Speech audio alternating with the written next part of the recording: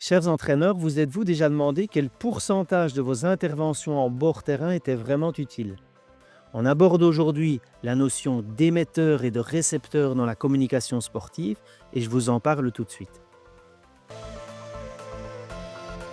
J'observe trop souvent des entraîneurs qui réagissent de manière impulsive, un geste raté, une erreur de placement, un but encaissé, alors ça crie, ça s'agite, ça explose. Mais laissez-moi vous poser une vraie question. Cette intervention-là, à ce moment-là, votre intervention, elle sert à qui en réalité? Est-ce qu'elle aide réellement votre joueur ou votre équipe à poursuivre son match dans les meilleures conditions?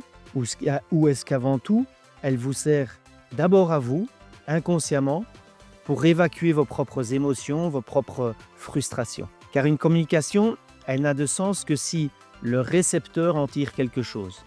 Sinon, ce n'est pas du coaching, c'est de l'autorégulation émotionnelle déguisée et mal gérée. Et c'est là tout le problème. Quand l'émetteur se soulage, mais que le récepteur n'y gagne rien, la communication, alors elle devient inutile et elle en devient même contre-productive. La clé, c'est de transformer vos interventions en outils.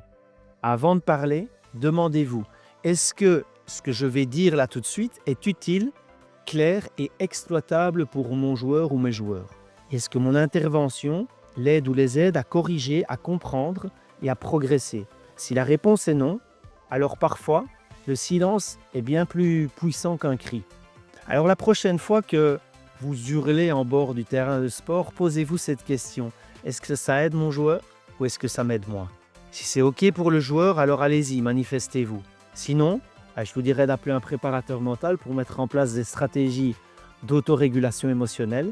Parce qu'entre émetteur et récepteur, ce qui compte, ce n'est pas ce que vous exprimez, mais ce que l'autre reçoit.